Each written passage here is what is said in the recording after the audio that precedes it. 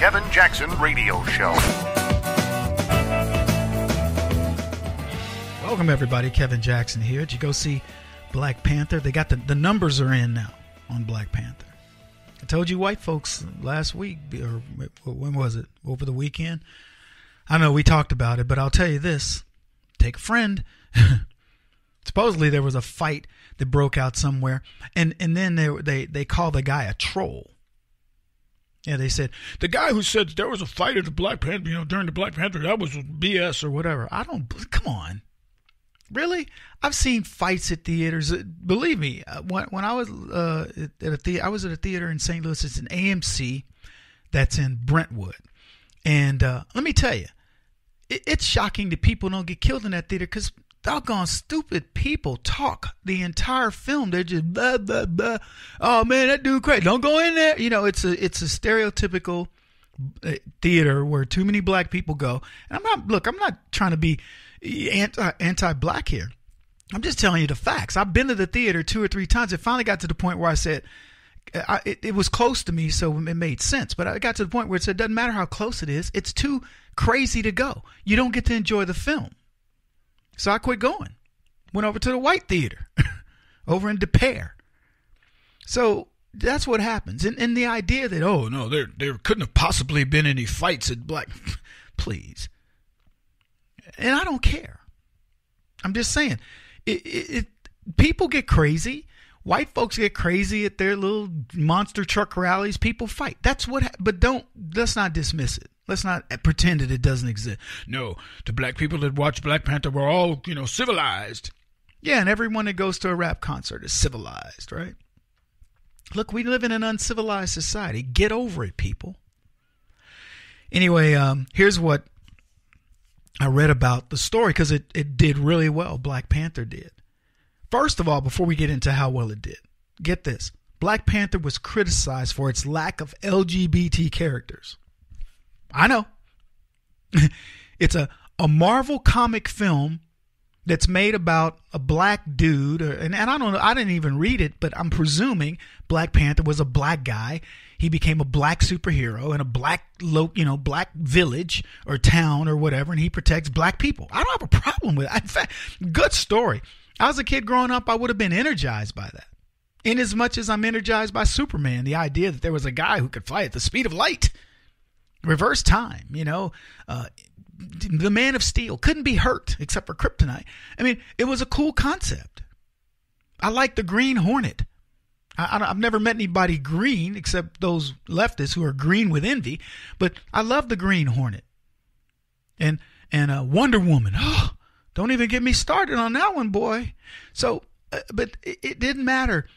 Iron Man, he had his issue. Everybody came over something. Rockman in the Fantastic Four. I used to watch the Fantastic Four cartoon. Oh my gosh, I love that cartoon. See, I got all giddy on. I love it. I love it so much. It's so cool. But anyway, yeah, didn't have any gay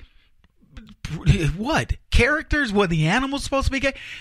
Look, just for the LGBT community, just so we're clear, there aren't that many gay animals out there. See, animals have this strange thing that they want to see themselves in the next generation. Parenting is a huge thing. They mate up, they parent, and then the next generation goes and the old people die away. And there just aren't that many issues there's not an LGBT representative for the animals, okay? Let's just get over ourselves on that, okay, LGBTQ? The animals are not questioning. They're not lesbian. They're not gay. They're not transsexual. They're not bisexual. They are just procreators. Kind of the way God probably meant it for human beings, but we overthink it. So yeah, it's catching flack for that. I think that's so ridiculous. But anyway, here's what I read about the Black Panther movie. No one will be applauding louder after showings of Black Panther than theater owners. Faced with slumping ticket sales, theater owners believe the Marvel Studios release, directed by an African American and featuring a mostly black cast, could attract a wide spectrum of U.S. moviegoers. Kudos to Disney, John Fithiam, CEO of the National Association of Theaters, said of Marvel's parent. They lay down a $200 million bet that a minority cast can appeal to a majority of Americans. NATO, which just reported that theater admissions fell 6% last year, has long contended that diversity outside the movie theaters must be recognized inside the theaters. So diversity is going to save the movie industry. There are people like Tyler Perry doing great with his Medea films and others, and they go mainstream, and then the films don't do as well. He did the one that Morgan Freeman was doing, like Along Came the Spider, where he plays Dr. Cross or something. Didn't do well at all. He does his films, they do pretty well. The black community comes out to see him. But here's the deal. The black community will come out to see a good film. What they're missing in their diversity, and this is what cracks me up, they're missing the conservative dollar. That's what they're missing. Their ticket sales are slumping for the same reason the NFL's viewership is slumping, and people going to the stadiums is because people are sick and tired of being lectured to in the films. In Black Panther, I watched the fight scene of the bar, and the maker of the film, he's narrating. I chose the colors red, black, and green to symbolize the Pan-African flag. That's why the one girl's wearing red, the other one's wearing green, and of course Black Panther's wearing black. And he goes on to talk about the shapes of the design of the dresses was all meant to symbolize black this, black that. You know what? Just make a movie about Black Panther. Give us some cool fight scenes. Give us a decent storyline. Do it really have to have all the symbols? She's a powerful woman. That's why she takes off her shoe in order to beat up a dude. Okay, great. To show African fighting, she uses a spear. Okay, great. Again, do I really care? I don't care if she uses a bow, a tonfa, a sai, a sword, a gun. It doesn't. Just make it interesting. But what cracks me up is they believe that now look, I'm not mad at a guy for infusing subliminal blackness into a film. That's cool. From a cultural standpoint, being that I have lots of African blood in me, I'm cool. It's always interesting to learn a little bit more. But does it have to be so over the top? And by the way, diversity is not going to save Hollywood. What's going to save Hollywood is it makes films for everybody and takes the politics out.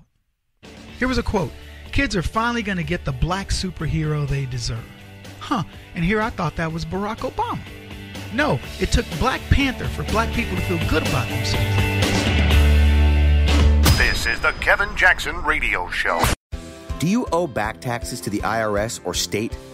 The secret to avoiding the IRS nightmare is to seek professional representation. My friends at Security Tax Associates provide the most cost-effective and ethical representation in the industry while helping to avoid seizures, levies, and wage garnishments. Security Tax Associates is here to ensure that the appropriate steps are taken to permanently eliminate any possibility of future tax burdens once and for all. For a free, no-obligation consultation, contact Security Tax Associates, 844-779-4177. That's 844-779-4177. 844-779-4177. Or visit them at securitytaxassociates.com.